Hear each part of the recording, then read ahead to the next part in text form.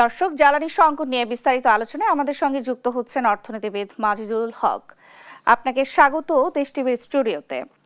আজ থেকে রেশনিং পদ্ধতি তুলে নেওয়া হচ্ছে, যুদ্ধের ফলে যে সংকট হওয়ার আশঙ্কা, এই বিষয়ে আপনি কি বলবেন?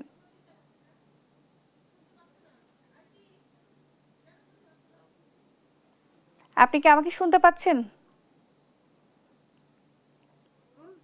হ্যাঁ হ্যাঁ, বলুন আবার। আপনার কাছে আমার হ্যালো। প্রশ্ন হচ্ছে, আজ থেকে রেশনিং পদ্ধতি তুলে নেওয়া হচ্ছে, যুদ্ধের ফলে যে সংকট হওয়ার আশঙ্কা, সেটি কি কেটে গেছে? আপনি আপনি আপনি কি মনে করছেন? জি, দেখেন যে মধ্যপ্রাচ্যের সংঘাতকে কেন্দ্র করে যে জ্বালানি তেলের যেটা অনিশ্চয়তা ছিল, সেই অনিশ্চয়তা যে কেটে গেছে সেটা কিন্তু না। অনিশ্চয়তা কিন্তু বিরাজমান। কেন বিরাজমান? তার কারণ হচ্ছে যে আপনি যে জ্বালানি তেল যেটা আপনি আমদানি করছেন, সেই আমদানির যে রিজার্ভটা, সেই রিজার্ভের ক্যাপাসিটি তো আপনার এত বেশি নাই। আপনার রিজার্ভের ক্যাপাসিটি যদি বেশি থাকতো, পরিশোধন ক্ষমতা যদি বেশি থাকতো, তাহলে আমি বলতে পারতাম যে বাংলাদেশ এখন জ্বালানি তেল এর নিশ্চয়তা বেড়ে গেছে। কারণ হচ্ছে যে ইস্টার্ন রিফাইনারিতে আপনার রিফাইন করা হয় তেল, সেখানে পরিশোধন করা হয়, সেখানে তেল রিজার্ভ রাখা হয়। কিন্তু দেখা যাচ্ছে যে ইস্টার্ন রিফাইনারির আপনার কতটুকু ক্ষমতা? 15 লক্ষ টন।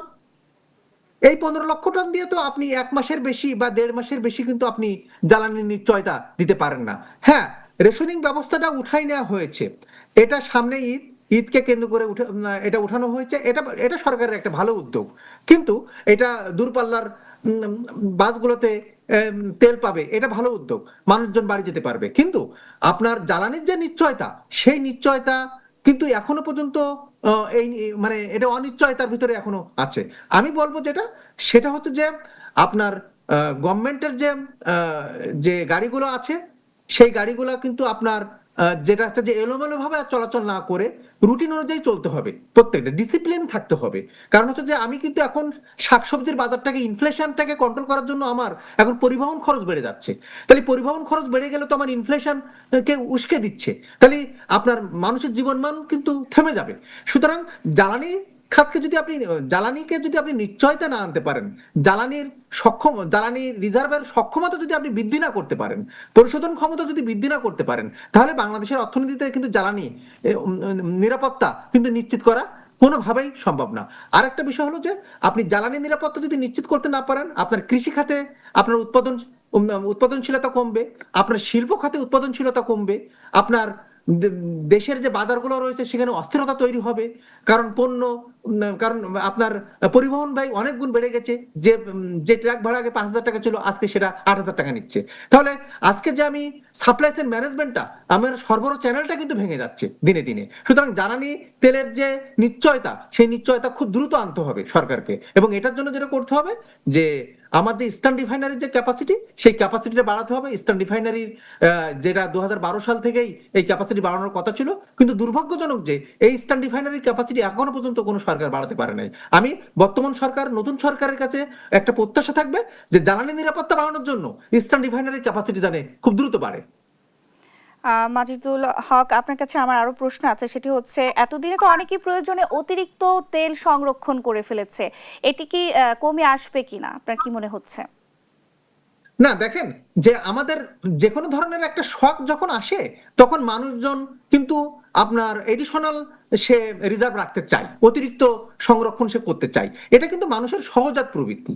এটা কিন্তু আমি কাউকে দোষারোপ করছি না। কিন্তু একটা প্যানিক সৃষ্টি হয়েছে, যে প্যানিকটা যুদ্ধের প্যানিকের মাধ্যম দিয়ে, যে কারণ মধ্যপ্রাচ্যে যুদ্ধ চলমান থাকা মানে কি, আপনার জ্বালানি নিশ্চয়তা একদম জিরো হয়ে যাওয়া, তাই না?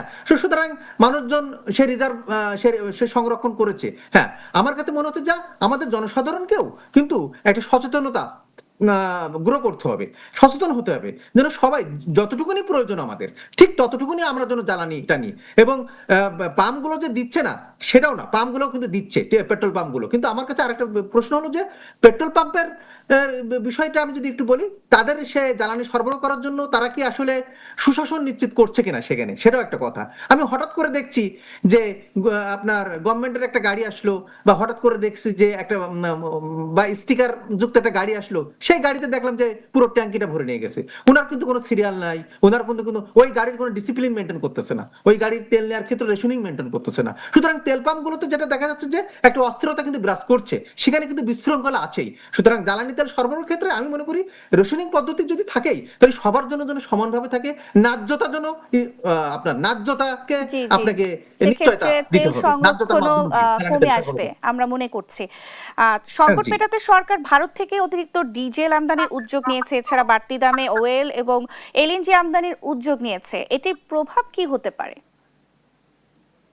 আপনার জ্বালানি তেলের যখন অনিশ্চয়তা আসবে, আমাদের সব থেকে বড় চিন্তা পেট্রোল, আপনার পেট্রোল, অকটেন এবং ডিজেলের ভিতরে সব থেকে বড় চ্যালেঞ্জ হচ্ছে ডিজেলটা আমাদের কাছে। ঠিক আছে, ডিজেলটা তো আপনি এখানে উৎপাদন পরিশোধন বা এই বিষয়গুলোকে মানে ডিজেলের চ্যালেঞ্জটা বেশি।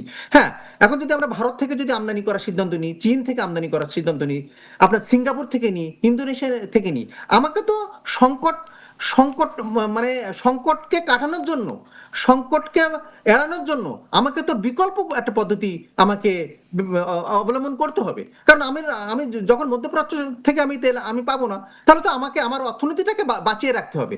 অর্থনীতির স্বার্থে, জনগণের স্বার্থে আমাকে আপনার উৎপাদনের স্বার্থে আমাকে তো জ্বালানি তেলের নিশ্চয়তা অবশ্যই আমার অর্থনীতিতে থাকতে হবে। সুতরাং জি, আমি আপনার ভারতের কাছে কাছ থেকে আমার নিতে পারি। আমি আরেকটি হয়তো কোশ্চেনে যেতে চাচ্ছি মাজিদুল হক, সেটি হচ্ছে যে যুদ্ধের কারণে এই সংকট, এই যুদ্ধ পরিস্থিতি কোন দিকে যাচ্ছে, এবং এর মধ্যে আন্তর্জাতিক বাজারে কিন্তু ডলার ও স্বর্ণের দামও বেড়েছে। এটি আপনি কিভাবে বিশ্লেষণ করবেন? দেখেন, যখন রাশিয়া ইউক্রেন যুদ্ধ হয়েছিল তখন কিন্তু বহুমাত্রিক চ্যালেঞ্জের ভিতরে পড়েছিল সারা পৃথিবীতে, এবং তখন কিন্তু বাংলাদেশেও ইনফ্লেশন বেড়ে গেছিল, সারা পৃথিবীর দেশগুলো ইনফ্লেশন বেড়ে গেছিল, তাই না? সুতরাং আপনার যখন যুদ্ধ চলমান থাকে, সেই আমার কথা হচ্ছে যে মধ্যপ্রাচ্য কেন্দ্রিক যে দেশগুলো আছে সেই দেশগুলো কি রপ্তানি করছে আর কি আমদানি করছে এটা দেখতে হবে প্রথমে। তাহলে আমার দেশ থেকে যে আমদানি হচ্ছে, আমি যে আমদানি করছি জ্বালানি, আমি যে রপ্তানি করছি সেখানে আপনার পোশাক, খুব অল্প পরিমাণ পোশাক এবং শাকসবজি, পচনশীল দ্রব্য আমি সেখানে রপ্তানি করছি মধ্যপ্রাচ্যের বাজারগুলোতে। তাহলে এই রপ্তানি ইনকামটা আমার থেমে যাচ্ছে। তাহলে রপ্তানি ইনকাম যখন আমার থেমে যাচ্ছে, তাহলে আমার ফরেন এক্সচেঞ্জ রিজার্ভের উপর চাপ পড়ে যাবে, আমার ডলার সংকট হওয়ার সম্ভাবনা রয়েছে। মধ্যপ্রাচ্যে আমার প্রবাসী আয় আসে মধ্যপ্রাচ্য থেকে। আমার যদি আমি 2025 সালে যে 10 লাখের জি উপরে যে শ্রমিক গেছে, সেই জি শ্রমিকের 95% শ্রমিক গেছে কিন্তু 5টা দেশে, তার ভিতরে জি মধ্যপ্রাচ্য জি দেশগুলো জি বেশি, তাই না? মাজিদুল হক, সুতরাং আপনাকে মধ্যপ্রাচ্য ধন্যবাদ দেশগুলো থেকে আমাদের সঙ্গে যুক্ত হবার জন্য।